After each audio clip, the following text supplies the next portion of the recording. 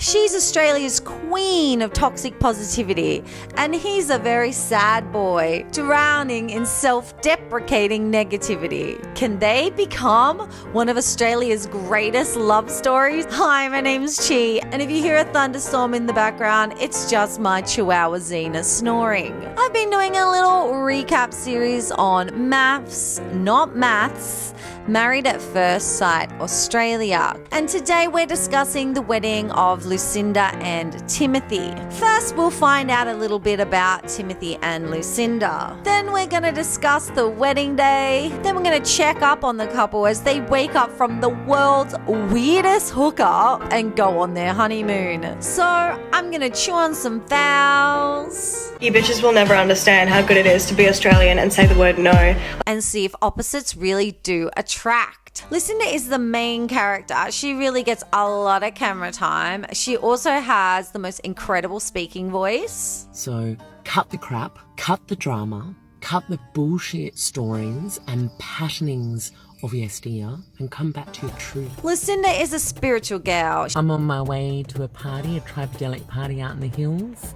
She meditates and does yoga and likes to walk on grass. We love to play on this channel what kind of influencer are they going to be. And my guess is Lucinda is definitely going to be a wellness influencer. Please put in the comments if you agree, or tell me what kind of influencer you think Lucinda's going to be. Lucinda is looking for a high functioning. She doesn't want a floppy jalopy. Lucinda is also worried about having to share the No, honestly, just when you thought farting in front of your partner was going to be it, no, babe, no. Wait until you hear them pooping from the next room. It's a thing. And because this is one of Australia's greatest psychological thrillers where we take someone's trauma and use it against them later, we must find out about Lucinda's trauma. Lucinda is 43 and hasn't had the space or time to have a child. Look, I'm 43 too, and I'm super happy being a dog mum, and I've made that decision for myself. But Lucinda hasn't made this decision. She's just not had the space or time. Okay, and Timothy. Timothy is an average man, but has a great personality. Timothy likes to call himself the Tin Man. He has a hard exterior, not letting anyone into his heart. And don't we know a lot of men like that?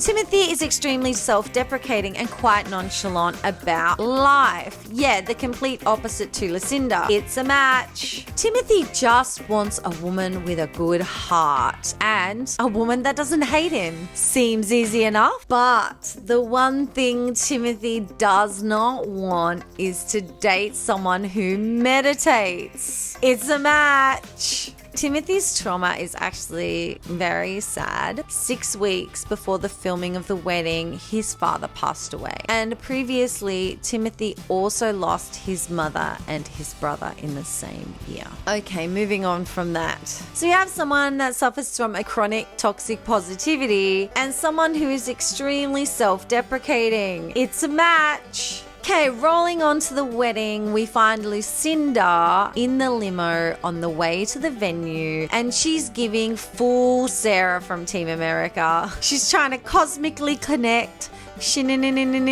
with her blind date husband, and she is sensing that he is excited. And I'm sure that Timothy is sensing his new blind date wife will walk down the aisle in a white dress carrying flowers. And Lucinda is also sitting there trying to manifest Australia's greatest love story with Australia's most divine man. And then we have Timothy, who is at the aisle awaiting Lucinda's arrival, feeling about as nervous as anyone should feel in that situation. Timothy's nerves are made very clear when one of Timothy's friends calls out, "Unclench your bum, mate."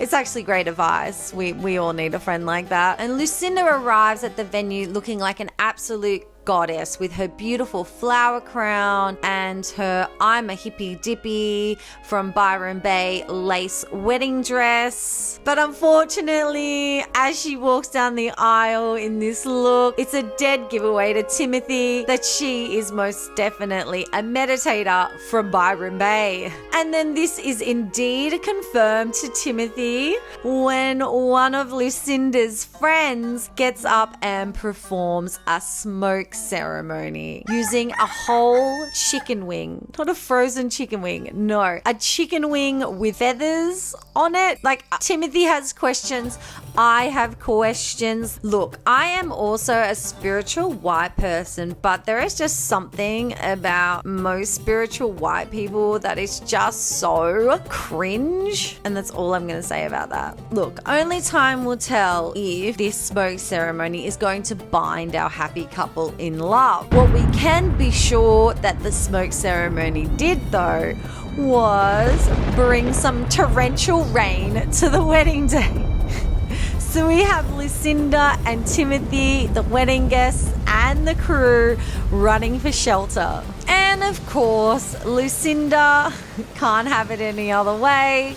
She must see this as a divine message. Once the rain clears, we can finally get to the vows. And Lucinda's vows, I just can't. Oh my God, I just can't. Lucinda starts by saying, the universe has brought us together because we were calling to each other. I mean, okay, I don't think the producers have ever been called the universe before, but I guess they're going to take the compliment. Then, of course, Timothy is extremely self-deprecating in his vows, likening himself to an old car that may have some dents but still runs very well.